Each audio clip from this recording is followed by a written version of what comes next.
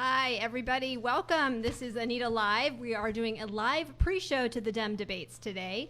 The last Anita Live that we did like this was 5 hours long. This one won't be that long. We're going to be just kicking off the debates, which start now, I think, in about 50 minutes. And I'm so excited to have the panelists that we have here today to talk about what it's like being a candidate, going up on the big stage, talk about some of the issues that are out there, and just kind of chat about what's to come. We're all excited about this debate. So first up, we have Eric Kurland. We all know him as It's Time for a Teacher. Hi, everyone. He is running for State House in LD23, was a great candidate last time, came very close. We're happy to have him. And then we have Judy Schwiebert. And Judy, as many of us know, was the co-founder of Desert Progressives and is now a candidate, and we're very excited, candidate for LD20. Thank you. Hi, everybody. And next up, the only one on this panel that's actually done an Anita Live before, and I think it was December 2017. Sounds right. Yeah, and Doug Irvin. We're so glad to have you, Doug. Doug is an amazing candidate for LD20 as well for the Senate. Yeah. Thank you. Happy to be here again. Yeah. So thank you all. We are going to start with kind of an easy question. And it's not a raise your hand question, but it's about the questions. It's about the questions that are about raising your hand. I heard that CNN decided for this debate that they weren't going to do the raise your hand questions. What do you guys think about those? Do you like those as questions, both as an audience member and as a candidate? Kind of what's your thought? Okay, I'll go first. Yeah, Judy. So I think that most questions or issues are more complicated than just a yes or no, raise your hand or don't raise your hand kind of thing. So I'm kind of glad that they're not going to do the raise your hand questions this time, because that just eliminates any kind of nuance or complexity. And most of the issues that we're talking about these days are fairly complex issues. I agree. The only time I would do a raise your hand is when it's a very specific thing where a president would have to do a yes or no decision. You know, it's a specific bill, HR 1234, will you sign this or will you not? That's the only time. But obviously you need to give follow-up to them to say why or why not they would do those. What do you think, Eric? I agree. Everybody has said everything that needs to be said. As a teacher, I had kids raising their hands all the time, but not to these kinds of questions. Even as a teacher, you want more than just a yes or no. You want to know they understand what's going on. Yeah. So I guess the message we have also for everyone that's going to be doing forums and debates for us as candidates is we don't like those kinds of questions. I wonder what the presidential candidates thought too as well with that, because we all saw that there was confusion around some of the people that raised their hand that then later said perhaps they didn't want to raise their hand. But I've been in plenty of those situations where we've done that. So just a note to the audience, maybe, you know, there's more to be said, and there's a lot of gray area with all these issues. So, you know, my kids, my older one, he's 5. He's getting up there in age. And he told me the other day, we were driving, and out of nowhere said, you know what, I think what we need to do, Mom, is we need to get more Republicans to become Democrats. And I said, that's spot on. And his thought was the best way to do that. And he said, you know how we do that is we need to tell jokes. I don't know. So I bring that up because, Eric, I am not a joke. People have thought I was a joke, but Eric, you did an amazing job in your district last time. You came within 3%. You know, you have this dynamic ability when you talk to people, to talk to different audiences. What we're going to talk about later in this 45 minutes is we're going to talk to some young Democrats. People always say, how do we get them engaged? What's your feeling on getting them engaged with your experience and what we think the presidential candidates should be doing? well, first I think authenticity is the most important thing in a candidate. For me, I try to meet the person I'm talking to where they are, so I'll ask questions. I've always been taught that I have 2 ears and 1 mouth and try to use those proportionately. And I do, most of the time, until somebody says you have 2 minutes for an answer, and then pretty much I'm 3 minutes. So how do you engage them? You try to get to know them a little bit as to what makes them tick, and then you just feed off of that. So yeah, I mean, it's just like any relationship, and you're making a relationship with the voter. Doug, from your experience last time, what do you think? Well, definitely. Even in my business experience, I actually used to give 3-day classes on software accounting. So there had to be jokes, first of all, to keep them awake for a while. But I would have people come up to me 5, 6 years later and go, you know, I didn't remember what you taught me, but I remembered the joke, and that reminded me what it was. So sometimes you use it to engage more, but if there's a certain point you really want to get across, that's one thing that you can do from that. Judy, you're a jokester. Oh, yes. Well, as a teacher for almost 30 Yes. years, I learned that you really do need to, like Eric said, Right. meet people where they are and be listening to what it is that people want to hear, and be reading your audience as well. Be, noticing, okay, I think I'm losing them here, and then you slip in the joke. Right. But I think it also starts with beginning where they are and then giving people small bits of information rather than overwhelming people with facts and figures. And telling a story. That's another huge thing for me. When we can share each other's stories with one another, that is the heart connection, and that's the memorable connection that I think stays with people. So speaking about stories and kind of switching gears a little bit now to the more somber, I can anticipate some of the topics they'll probably talk about tonight. I'm anticipating, because of what happened with the Gilroy shooting, that we're going to be talking about that. What other issues do you see coming out of this debate that you think are going to be more current? Kind of what's your anticipation? What are you looking forward to hearing from the candidates? Who wants to start, Doug? I mean, obviously, the whole racial tone right now is going to come up. It has to. It's a tactic that's unfortunately being used right now. I wish that we didn't have to have a mass shooting example, but I'm afraid, unfortunately, the way we have failed to address that issue, it's going to be forefront on every debate for the next few years. It's just my unfortunate belief right now until we deal with that.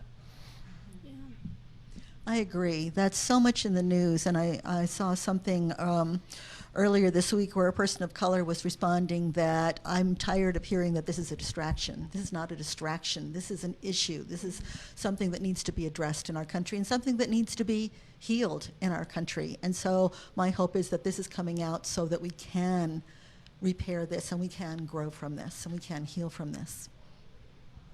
Anything to add, Eric? Don't want to... Two things that haven't been mentioned. I think the climate crisis, where we have these abnormal highs that are all across our country about a week ago, and now the all-time high in London. Mm-hmm. And then I also believe that Iran will come up as an issue as well, because our president is putting us in a box. Mm-hmm. So we only have a couple minutes left, unfortunately, because we had to have a little bit of a late start, and we have another group of panelists coming in. Does anybody want to say who their favorites are or who they're rooting for tonight? Or we don't have to. Any choices? Anybody? No? Eric? Bold? Go big or go home. I'm really, these two nights, so I put them both together. Okay. And I am looking for whoever's going to win the nomination is also going to win the presidency. Yes. And I'm looking for a tone that's different from what's currently in the White House.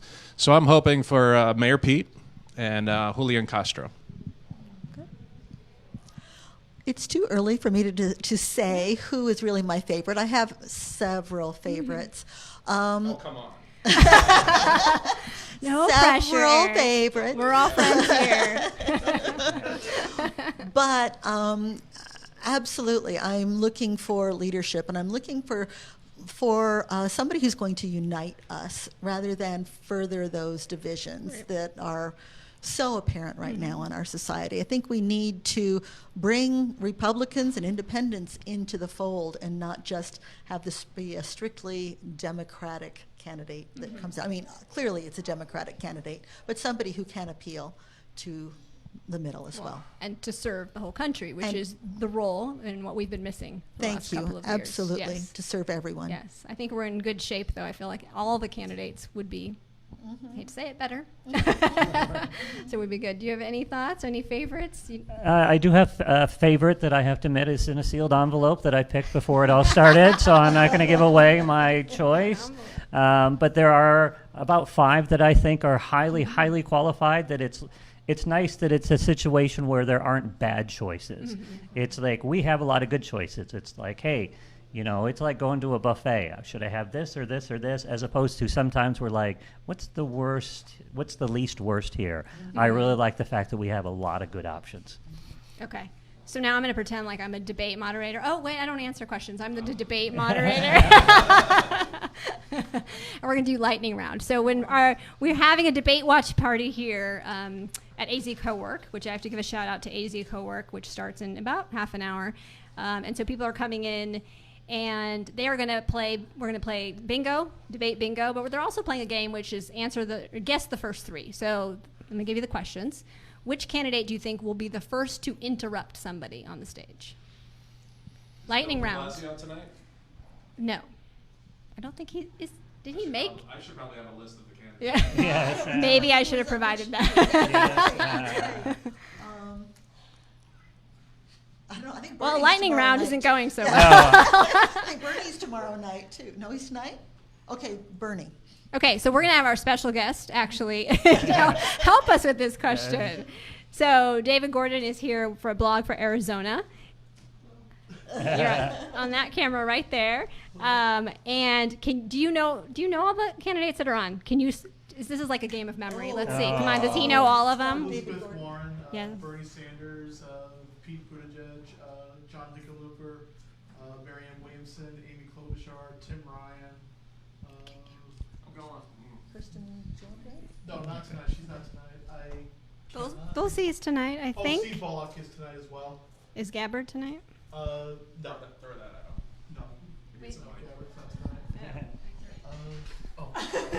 Thank you. No, I think that's all I can remember. Oh, Elizabeth Warren's this evening as well. Right. You named her. Okay. We have the list on the event. Yeah. Okay. All right, well, of those, who do you think will be the interrupter? Eric Curlin. Yeah. I think Marianne Williamson. She's got a because she's got a show. She's got to do that. So I think she will. I think she did a little last time. Okay, who do we think is going to be the first one?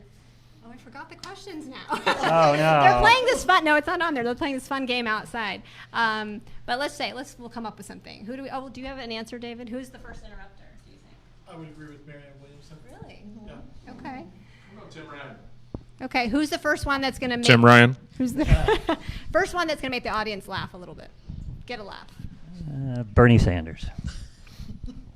I would agree Bernie Sanders. Yeah. Marianne Williamson. I'm going to go a little deeper. Marianne Williamson, and she didn't mean to make them laugh. I was thinking that, and I thought I really shouldn't say that, but that's why we have Eric here. Okay, yeah. I'm going to give you the mic for this next one, and let's do this so that can we get David on the screen there? So the last one, I remembered it. Who do you think will be cut off first? So the moderators will have to cut them off because they're going over. Either Bernie Sanders or Elizabeth Warren, because they'll go into a lot of details and they'll be cut off. I think it'd be Tim Ryan. I think he's going to keep going because once he gets the mic, he's going to keep going. Yeah, Elizabeth Warren, because she has a plan and she's got a lot of details there. I'm going with Bernie Sanders. Well, thank you, all three of you, for joining us. We didn't get to kind of go into your full bio because we're running out of time. So can you give the audience, each of you, where we can get more information about your campaign and about your candidacy? Curlin23, KURland23.com. Judy for AZ.com. That's Judy, FORAZ.com. And it's Irvin for AZ.com, ERVIN, FORAZ.com. Thank you. So I hope you're sticking around for the party. We might go live after the debates if we all feel like it, just to get some commentary also from guests that are coming in hopefully now. So hopefully we'll get to chat some more and see if our predictions were right. Thanks for having Thanks for having us. very Thank you much. so All of much. you. So we are going to have our next group of panelists come in, hopefully any minute now. We're going to switch out. We have a fake green room going, but you guys can, hang out here on this couch with David if you want to participate, or you can go out in the front. So maybe while we're waiting, and David, you want to come up here and we'll chat a little bit? Sure. This is a switch. We're switching out. So while we switch out, I kind of wanted to talk about, something that has struck me we talked about this with the shooting in Gilroy. We talked about what's going on with race in this country and the dialogue about it. And I was reflecting as I was going to social media and seeing what was happening in Gilroy about this idea of becoming numb to the news. So earlier in my career, I was a radio news reporter, and I used to have to tell very often horrific, scary stories of what's happening in the news. The news is quite negative. And they tell you when you enter this profession that a lot of times you get numb to it, and it no longer jars you that these things are happening to kids and to families and in our world. And I'll tell you, there is some truth to that. You do get a little numb because it is just the job. What concerns me is what's happening politically in this country. Is all of us need to make sure we do not become numb to this. Every time there is a shooting, we don't become numb to that. We have to continue to speak out. We have to continue to speak out about what's happening with race in this country. And, really make sure that our voices are heard. We can't think that this is our new normal. It is not our new normal. So, David, while we get the other group in here, and you guys can start to kind of come in. Please. You are in that profession as well. Yes, ma'am. You are with Blog for Arizona. Yes, ma'am. How do you feel? I mean, we talk a lot because you're always, every day, our president is saying something that we all need to say, whoa, this is different. This is a distraction. This is something we must react to. How do you feel about that?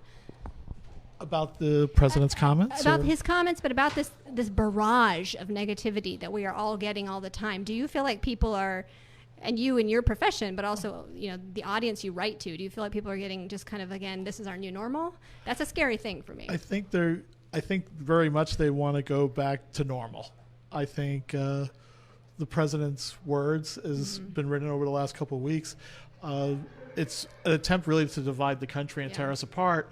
And I really think the people that read the blog and elsewhere, they just want to go back to normal. They're looking for someone that'll bring normalcy and be refreshing, but also calm down Washington. Right. Yeah, Right. for sure. What do you think right now? I mean, we talked, I think, today about what he said about Representative Cummings. What do you think is kind of the top issue that people are feeling? Do you feel like that's connecting with readers and they understand really how much hate he is really spewing out there? I think what we are as a country, I think that is coming to the forefront. There was a report, I think, out of the Associated Press where women in the suburbs that may have supported him in the past or were on the fence are being really turned off because they're saying this isn't America.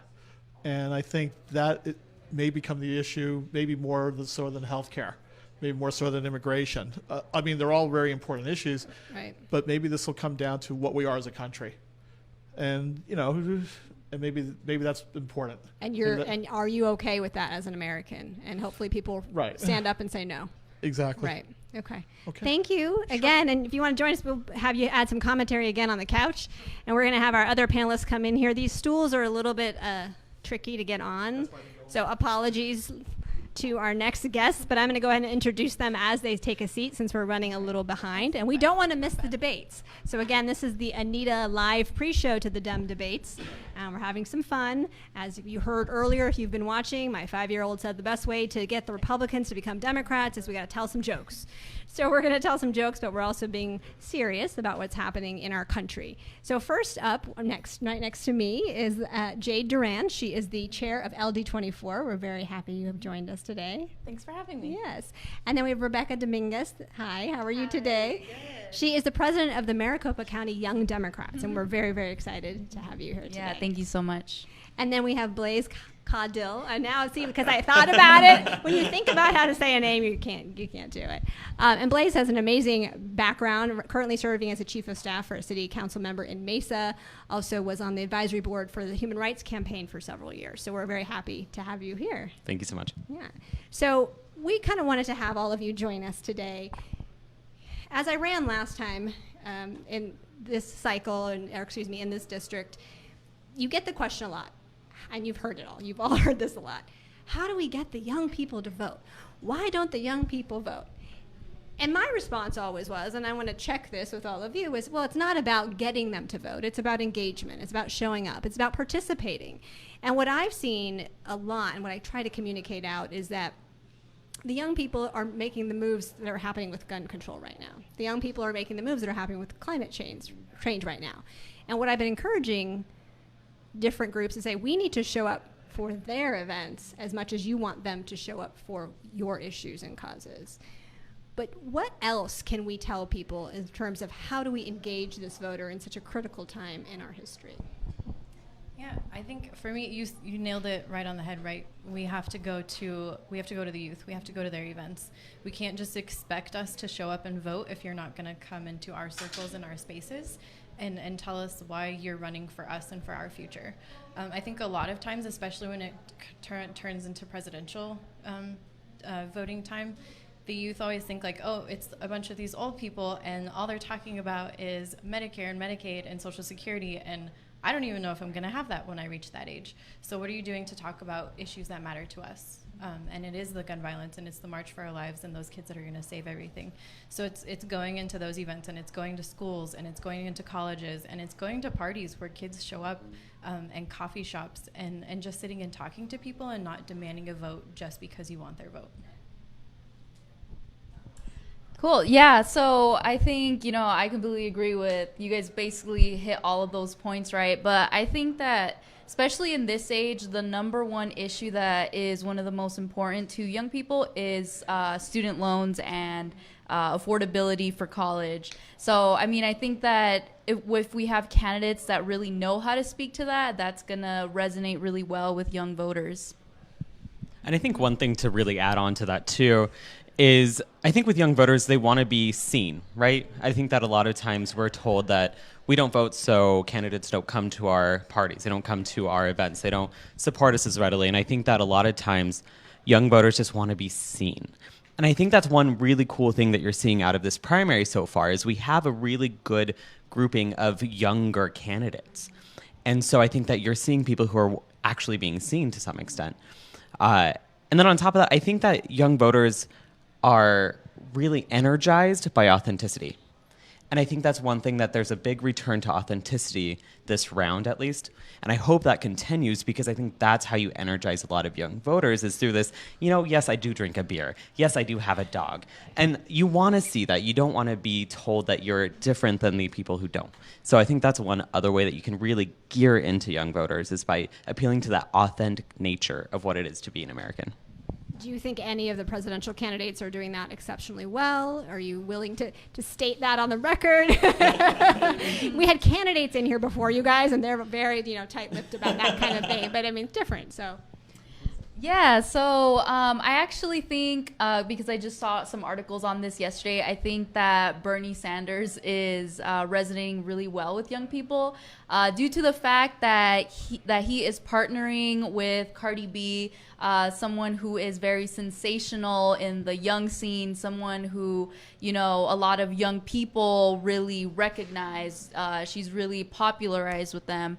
And I think that actually having an artist use their music and their artistry for a political platform is really going to speak well to young people, and just having all of that millennial involvement in the music, all of the social media that she puts out there. I saw that she did a video with Bernie Sanders recently, so I think that that's a candidate who is actively, trying to figure out, what are young people listening to, what do they pay attention to on social media, and so I would love to see more candidates doing that.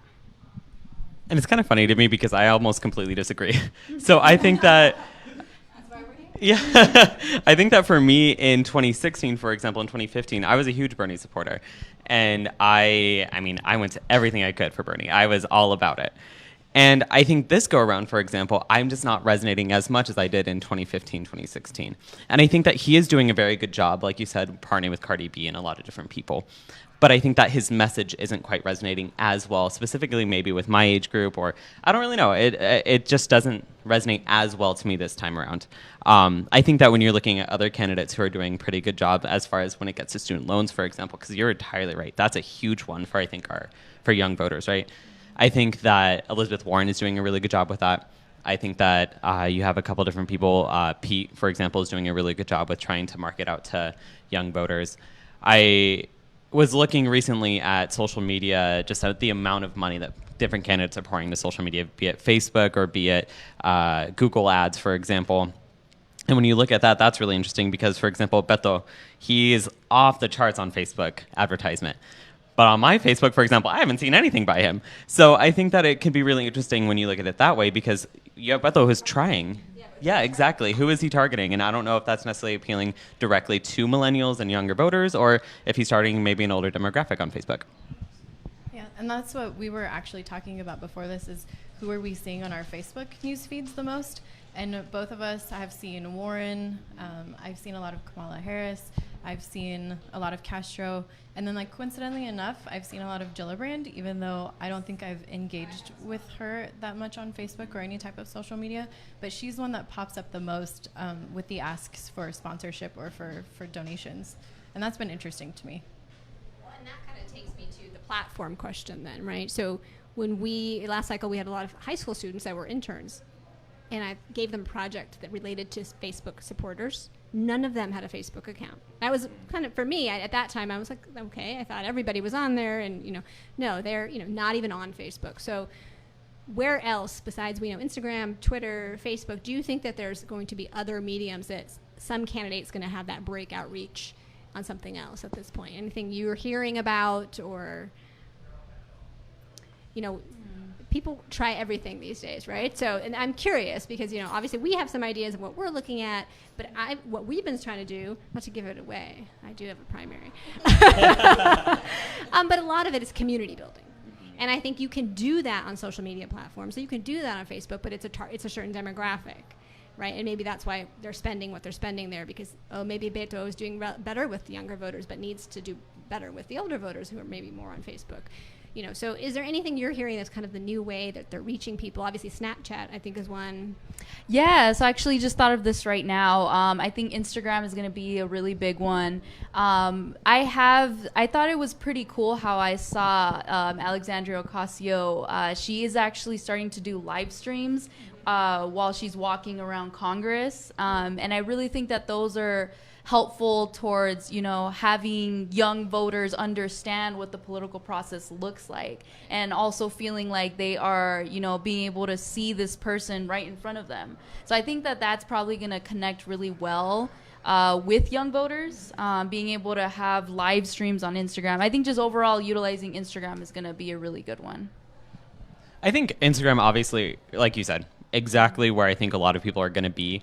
And I think that you can see that in a lot of candidates. So, for example, on my Instagram, personally, I've been engaged a lot with Pete, and so I get a lot of Pete's messages on my Instagram. But on top of that, I actually get a lot from a lot of different candidates who I haven't engaged with at all. So I think there is a good amount of advertising being poured into Instagram, which I think is good. But I think one thing that you said earlier that I can't highlight enough as being super important and a new way that people are really engaging with younger voters is through partnerships with people that they already know, like Cardi B, because that just adds a level of familiarity that I think that young voters are really about, right? Because we as a generation are so much about almost social cred and really being able to back each other up and co-working spaces, things like that. Well, that's where we build community. And so if you're able to appeal to somebody who we already can relate to, who we already find to be familiar, you're automatically given more street cred than if you just came out.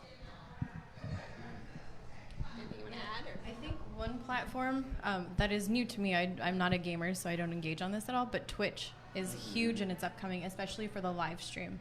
And so there's like these Twitch communities where kids will watch other kids play video games for hours and hours, and they'll pay money for these Twitch channels. And I think that's like one piece of technology we haven't tapped into and has a ton of people on there that use it every single day. Okay. So thinking about this debate, you are all younger Dems. That's why we wanted you here. But Jade's like, I'm kind of, but you're also all organizers. Do you see any of these candidates right now from what you've seen, based not just the ads, but what you're kind of hearing at the ground level, that's doing that organizing bit really well? Because I think at the end of the day, we all know, and I think we all agree, that that's where it matters, right? It matters with that ground game, that connection with voters. That's going to be the key. People play the money game, but the money will go up as you meet more people, right? And I think Elizabeth Warren's improving that. Is there anyone else that you're seeing that you really are hearing that ground game is really strong? Or you're impressed by it? I think that it depends on where you are, right? Yeah. So, for example, in Iowa, I know that Pete has brought on over 60 people just in Iowa over the past couple of months. So I think that when it comes to very specific ground game, Pete is doing a really good job with that. I think Elizabeth Warren, like you said, is doing a really good job with engaging a lot of different people at the ground level. I mean, later on in Phoenix, we have something really great going on with Elizabeth Warren. So I think that there are a lot of movements when it comes to making sure that you're appealing to that really ground level. But I think that this early in the primary, I have not necessarily seen anybody who's done a tremendous job or an outstanding job to make it to where it's like, oh, you're really engaging a lot of people.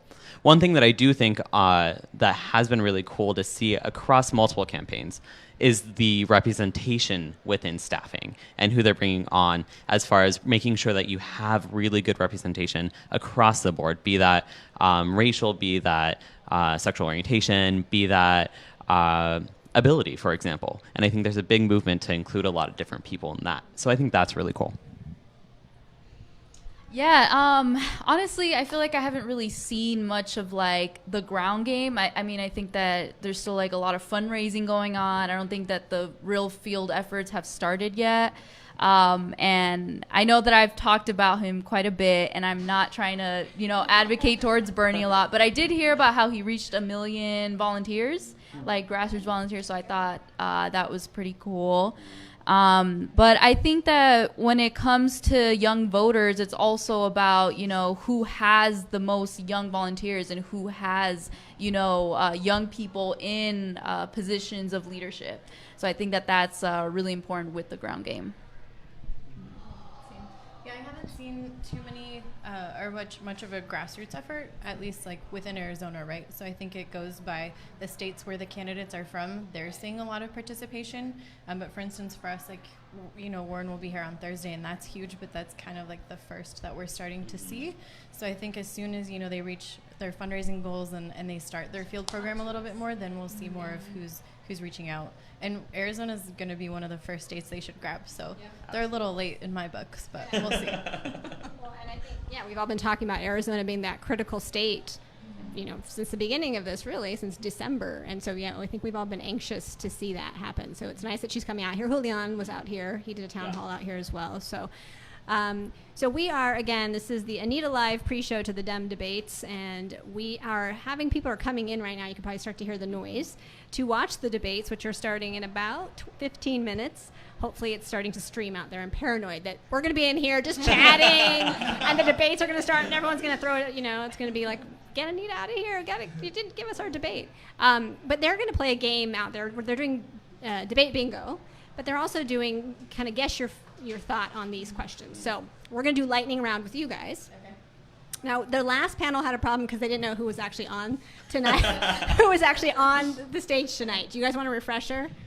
I will definitely always take a refresher. Okay. Yeah. David, are you ready for this? Okay, again, David from Blog for Arizona is going to tell us who's on tonight. Thank you very much. Tonight, you guys will see Bernie Sanders, Elizabeth Warren.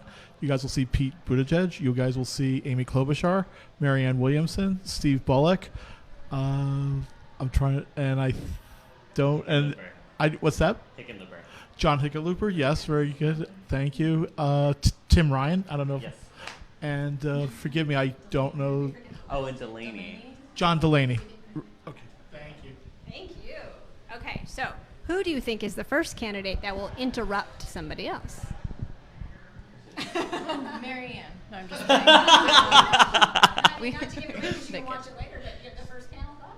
Yeah? Because I know she needs to get her time, or she's not going to get it. No, I don't think she will. I think the first person to interrupt tonight, I will go with Pete. I'm going to go with Pete. I think probably Elizabeth Warren, because I feel like she's just going to have that like progressive clapback to things that people say. So I'm going to go with her. I think I have a hopeful that I really want it to be, and I think I think it's going to be. So my hopeful, just because I know she comes out with some really good one-liners, is Amy.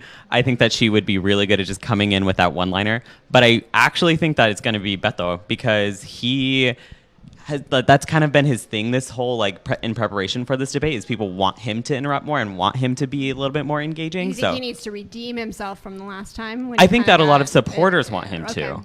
I don't know if he necessarily needs to or not, but I think that a lot of supporters are looking for that, because I think that in the past it came off a little bit more timid. So it sounds like you all, and this is always a question as a candidate, we kind of get this, is the interrupter, is that seen as strength to a voter, or is that seen as just rude? because it sounds like you're saying it's a strength thing, maybe in the eyes for Beto supporters, that they want to see that. And I think it really does depend on who's viewing it, right? So for me, I know I don't really enjoy it. I like a little bit more of an analytical, more respectful debate, to be honest, just because that's what I'm looking for. I'm looking to have a real conversation that's not just yelling over each other, because that just makes us look unprofessional. I think that in some instances, though, it is important for a candidate to be able to step in, especially if it's something that they believe in, right? If it's something that is about healthcare or, race relations, for example, and someone is really off base, I would hope that a candidate steps in and says, actually, no, this is not what we're talking about. This is not the Democratic Party. Like, this is the Democratic Party that we want, and we want to stand up for everybody. We want to be the party of equity. What do you think? Is it a strong show of strength? So yeah, I think it does depend on the person, but I think that, initially people might see it as being rude, but I think that really depends on the context of what the person says, because that'll really distract from the interruption. Right. Mm-hmm. I'm going to twist the question a little bit for Yeah. you, Jade, or both of you actually. Do you think it's different if a woman interrupts versus a man? Yes. I've been there. Yeah. I think it's a huge sign of strength when a woman interrupts. Otherwise, she might not get her time. I feel like, especially when it's a male-dominated field, especially on tonight's debate stage. If the women don't step in and interrupt, they might not get the time or ensure that their voice is heard. So for me, if a woman interrupts, it's like super power girl strength, right? But if a man interrupts, especially if he interrupts a woman, I'm like, dude, just let her finish talking. Stop talking. Right. Okay. So the second lightning round question, it's similar to this, but it's kind of the flip, is who do you think the moderators will have to cut off because they're going too long? Marianne Williamson. I don't know why. I always feel Bernie goes really long. So I feel like they're going to have to cut him off at some point, because he tends to speak a lot, which isn't a bad thing. He just does. I'm gonna have to get these two wine to like be at peace friends after this, because I feel like the Bernie thing might be, I don't know. Okay, and then last one is, who do you think will get the first genuine laugh from the audience? Not a laughing at, laughing with. I had to clarify that because of our last answers. Ooh, a genuine laugh. Oh. We all remember Kamala got that great laugh. Yeah, I know she did. She's not. I don't, because Warren isn't very funny. Bernie was not funny at all. He was way too serious. We can't say Marianne because that's a laugh at. That's a laugh. You know what? No, I'm going to stick with Marianne. I feel like I will genuinely laugh with her tonight.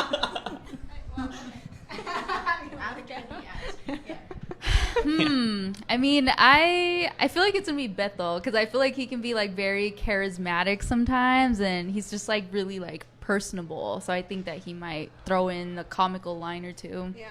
Okay. I think just after her first performance, I think Amy. I was yes, thinking Amy. I read I it in think your Amy mind. might actually be Yeah. She because has that snippy sarcasm, right? Yes. That little like. Absolutely. And there's just something about the way she delivers it that's almost comedic like. And so you feel like you are supposed to laugh.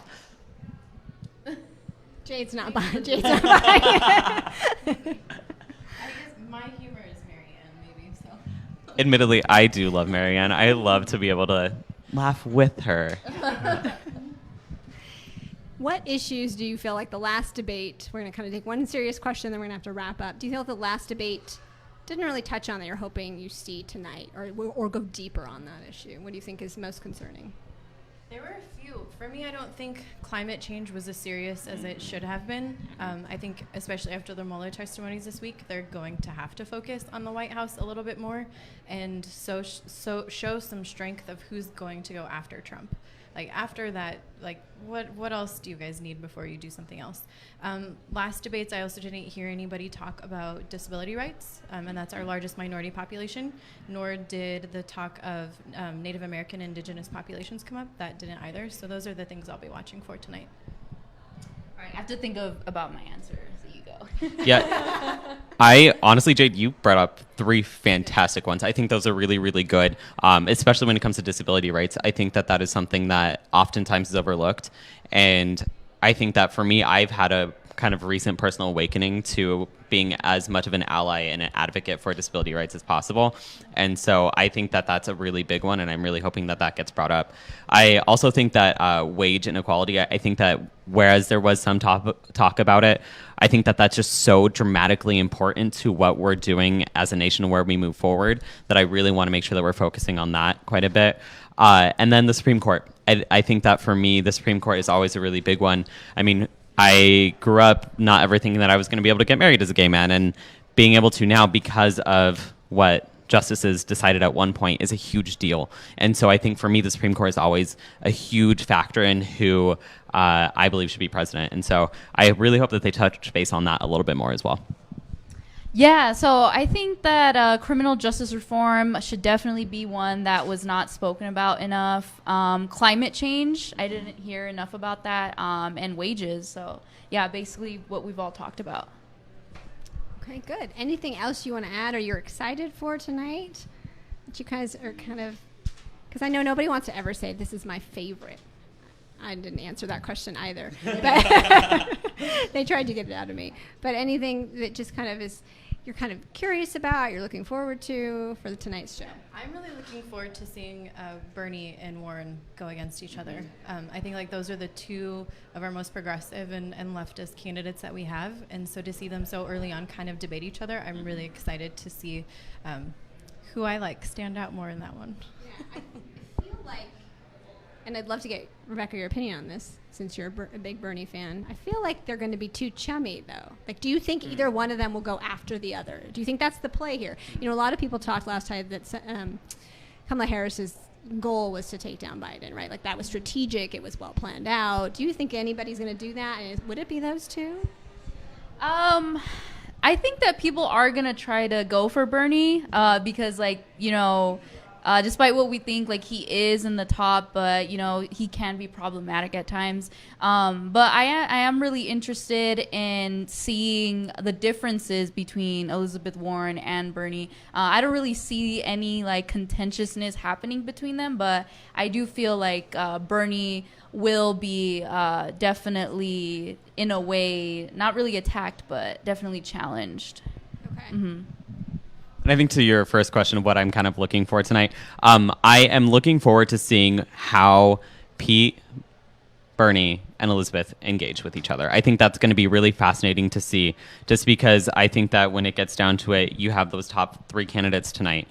And that's going to be really interesting to see. One thing that I hope doesn't happen, I think people are gearing up toward this whole idea about, oh, it's going to be basically Bernie and Elizabeth fighting it out for the progressive vote, and it's going to be Pete and Bethel fighting out for that kind of middle-aged 30 white man vote. And I really hope that that doesn't happen, to be honest. I hope that we get down to some really core policy discussions, for example. I think that that is something that we're geared up for really well tonight. Pete has some really fantastic policy platforms. Elizabeth, I mean, she's synonymous with policy platforms, right? She has a plan. Exactly, she has a plan. So I hope that those policy platforms do come out a lot more tonight than they did previously. Yeah, hopefully with the big field, we'll have enough time. And I think that's the frustration that a lot of viewers are having, is that there's so many candidates that we're not giving them enough time. So I think there's a question online that we have. Roder is asking, who is going to motivate young adults to register to vote? So which candidate you think is most motivating right now, the younger demographic to vote, to register?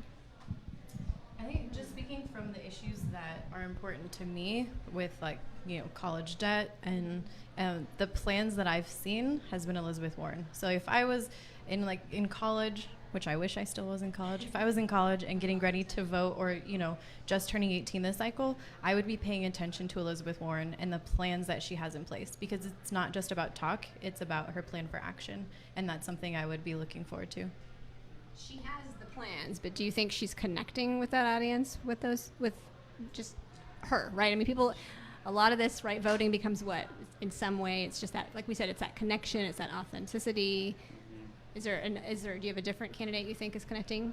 I do think Elizabeth Warren, but I know I brought up the Cardi B thing, but I'm really curious to know whether that will actually be as effective as it seems, and whether that'll really catch a lot of traction. Mm-hmm. So right now it would be either Bernie or Elizabeth Warren. So when I first heard the question, my automatic answer is I hope all of them are, right? I hope that every single one of our candidates, no matter who comes out at the end, I hope that every single one of the current candidates makes sure to connect with and engage with young voters. I think that though if we had to name one or two that is engaging particularly well with young voters, I think that you have to almost look at it in two different ways. I think you have an older young Democrat and a younger young Democrat, for example.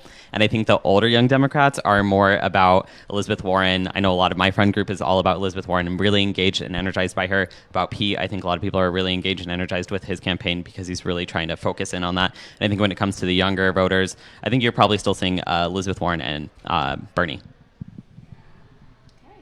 Well, thank you guys. I think we're going to try to wrap up, but I might take a camera with me and we might go out and see what's going out there and see if we can get some people to talk for the last 4 minutes before the debate starts. So we'll let you grab your popcorn, get ready for the debate. We might, again, I don't know if you guys are going to stick around, but some of our panelists might stick around and we might go on after if we have some more comments to make after we see what actually happens. So thank you all for tuning in. Thank you all for being here. Thank and you. if you guys want to walk out with me, we can kind of see the action. We have 3 cameras going on, so I think they can do this. Just no microphone. Let's not try to take the cord with us. Apologies for the shaky cameras right now. We're gonna go out here, see what's going on. It sounds popping. I know. My shoes are squeaky. It's free beer. It's all that matters.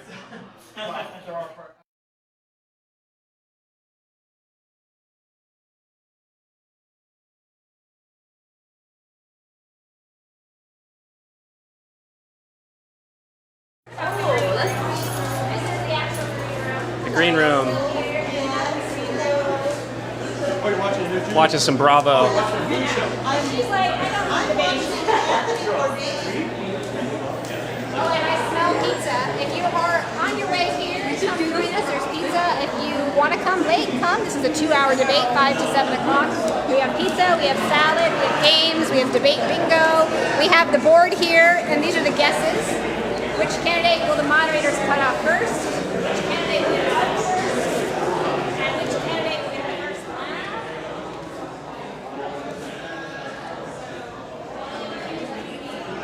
And you probably can't hear me anymore, but we're just wrapping up. I'm wrapping up, talking really loud. And so people are coming in. We're getting set to watch the debate. So enjoy and thank you for watching our pre-show. We'll talk to you soon.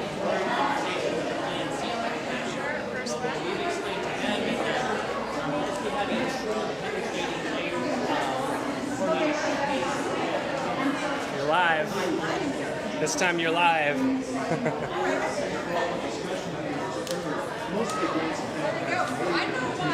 know some of my chick glasses. So there's some evidence that that is true.